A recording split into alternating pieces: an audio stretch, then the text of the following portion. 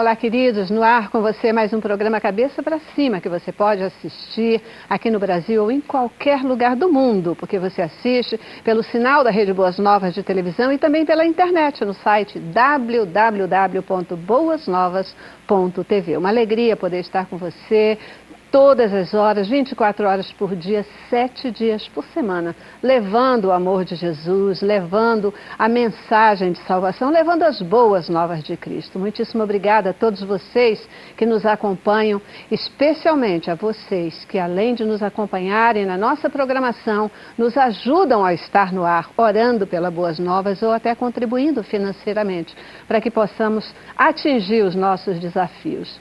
Querido semeador de boas novas, todos os dias é muito bom estar aqui para dizer para você, muitíssimo obrigada, que o Senhor te abençoe e te guarde, que a boa mão dele esteja sobre você, sobre a sua família, sobre os seus sonhos e que eles possam ser realizados de maneira plena.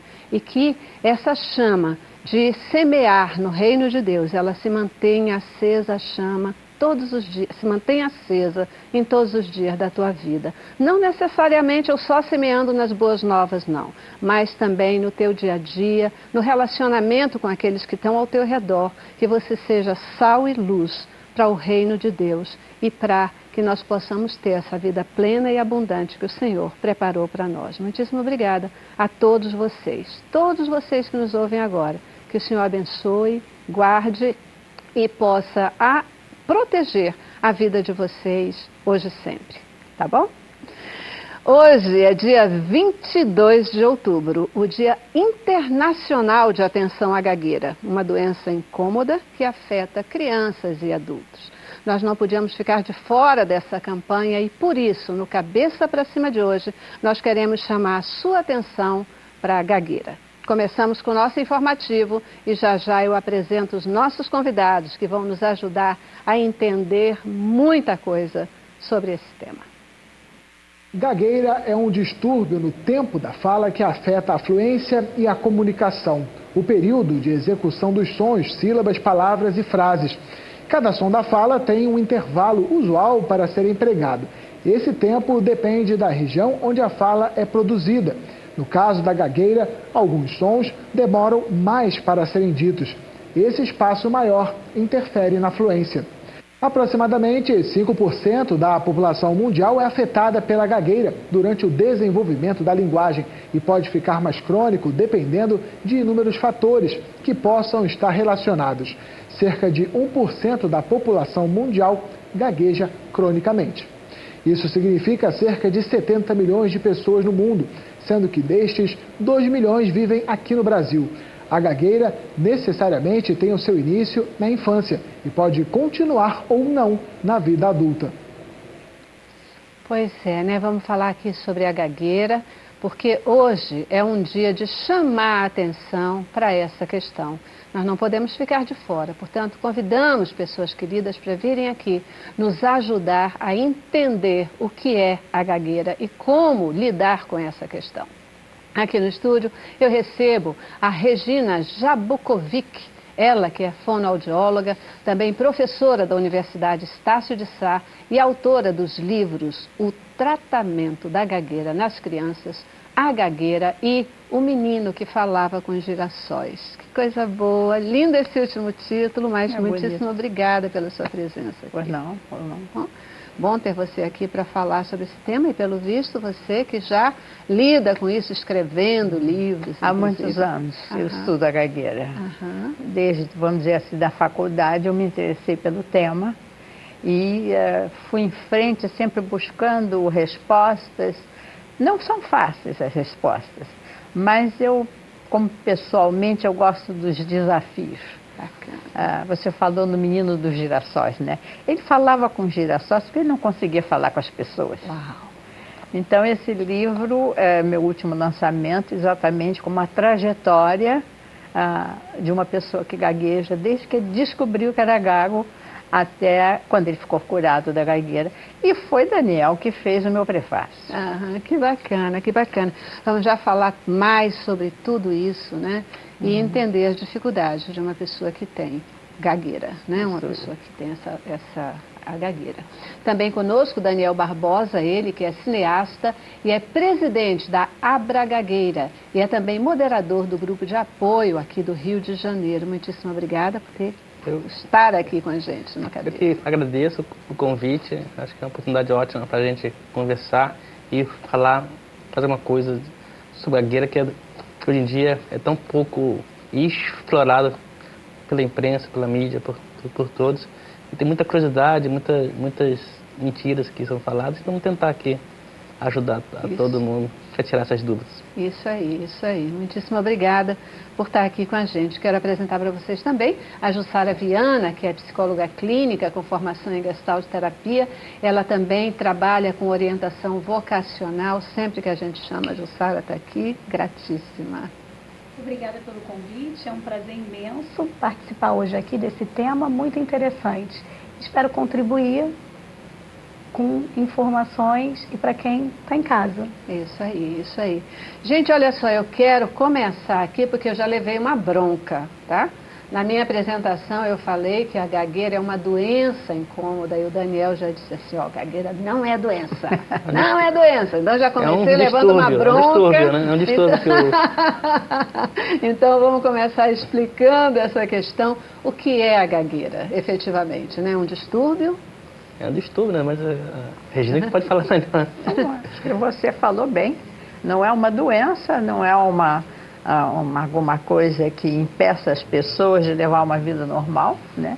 O próprio Daniel está aí e ele leva uma vida normal, né?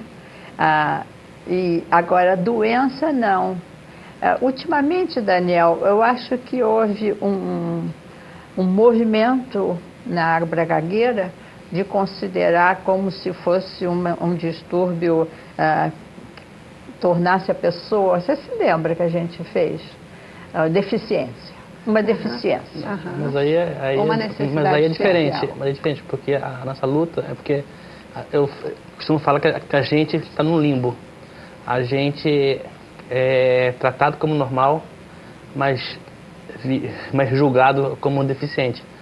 Então, a gente não tem uma política pública ou uma coisa voltada para pessoas que gaguejam. Quando a gente vai numa entrevista de emprego, as pessoas geralmente julgam a pessoa que gagueja como incapaz. Como a gente vai em algum lugar fazer algo público, a gente é julgado como que nós somos incapazes de fazer, por causa da fala. E isso às vezes atrapalha muita gente. E acaba, assim, como consequência, trazendo outras coisas para a vida e para o pessoal. Então, não vejo a gagueira como deficiência no sentido da palavra, de deficiente. Certo. Mas sim, a gagueira ainda não defendeu a ideia, apesar de ter, na nossa pesquisa, ter a maioria das pessoas que votaram desejam ser inclusa dentro dessa deficiência, mas é mais para ter oportunidade de trabalho, de ter a gente poder ter a quem cobrar. Mecanismos de proteção, na verdade, né? Mecanismos de proteção, porque, inclusive, hoje nem se usa mais, nem é politicamente correto, digamos assim, usar esse termo de deficiência para nenhuma dessas questões, né? Se coloca como necessidade especial, exatamente pela conotação, às vezes, pejorativa que tem no termo deficiência. Não é uma deficiência. É uma necessidade especial que precisa de proteção, precisa de cuidado, precisa de um olhar especial. Porque é discriminado, porque enfrenta barreiras. Muita gente não tem conhecimento porque não tem acesso. E acredito que eu tive uma reunião do Conselho Federal em agosto, tentei levar isso a eles lá. E assim, a questão de política pública para a gente está onde? A gente pode falar com o quê? Porque, né? Então a gente está numa negociação, a gente está estudando ainda como a gente pode fazer e melhorar para que todo mundo possa ter uma vida melhor, né? Eu acho que...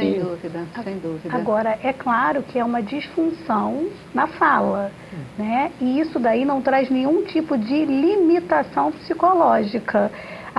A questão psicológica vem como consequência. Como é que esse meio abraça essa pessoa que tem gagueira e como essa pessoa enfrenta a vida. Perfeito. Até porque muitas vezes tem muita gente que acha que a gagueira ela é decorrente de fatores psicológicos, né? E tem essa questão, os especialistas, os conhecedores, acabam afirmando que não tem nada a ver. O psicológico é decorrente, né? Consequência. É consequência. O que causa a gagueira? Quais são os fatores? E nós temos aí uma discussão enorme no mundo inteiro, né? Pesquisas e mais pesquisas. As primeiras pesquisas era que é um distúrbio do ritmo, justamente porque quando canta o gago fica fluente. Então se discute isso. Não seria um distúrbio do ritmo.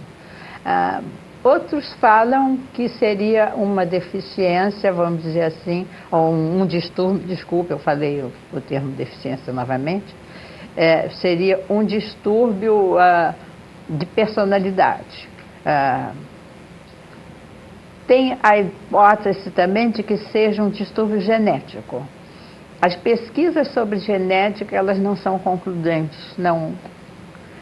Existe, vamos dizer assim, um fator de prevalência em 60% dos casos, como o pai, o avô, sendo gagos. E existe 40% dos casos estudados em que você estuda 5 gerações e não encontra ninguém que teve gagueira. Então, não se pode dizer, ela é hereditária? A gente ainda não pode dizer isso.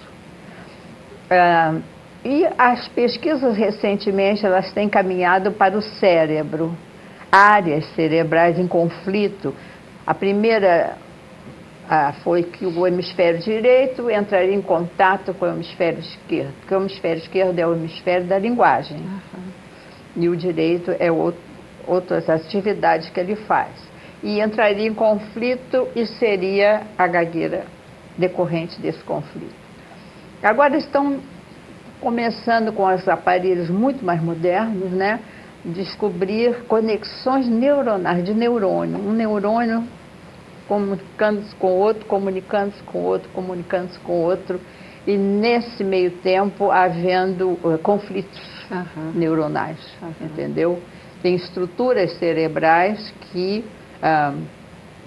são responsáveis pela atividade motora, por exemplo. Se você faz uma pesquisa entre pessoas que gaguejam, pessoas que não gaguejam, você vai ver que eles têm, os que gaguejam, têm caminhos diferentes do que aqueles que não gaguejam.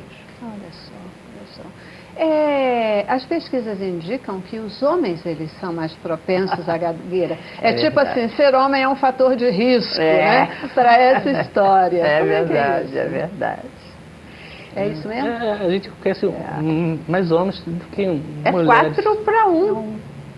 4-1, em termos de Você vai homens encontrar 4 homens gagos para encontrar uma mulher gaga. Agora, no mundo moderno, podia também igualar, né? Olha, 2-2, né? Deixa eu te falar uma coisa. Normalmente aqui, quando a gente trata de temas de saúde, normalmente a mulher é prevalente. Normalmente é a mulher. São raríssimas as questões quando a gente tem o homem com prevalência. Então, olha, essa aqui é uma das raras, viu? A gente diz que a gente tem menos hormônios, né? Menos neurônios. Mas, olha, a ciência tenta explicar essa diferença de homem e mulher com gagueira da seguinte maneira: a menina, ela é educada diferente do menino. Há muita carga em cima do menino. Você tem que ser homem, você é o chefe da família, você tem responsabilidades, você isso, homem não chora. Sentido, né? Completamente. Homem não chora. Antigo e moderno. Ainda vale. Então, você vale para quem é preconceituoso, porque eu não concordo, não. Então, o menino vai sendo sobrecarregado de responsabilidades desde cedo. Isso seria uma explicação, que eu não vejo outra. Psicologia tem alguma explicação?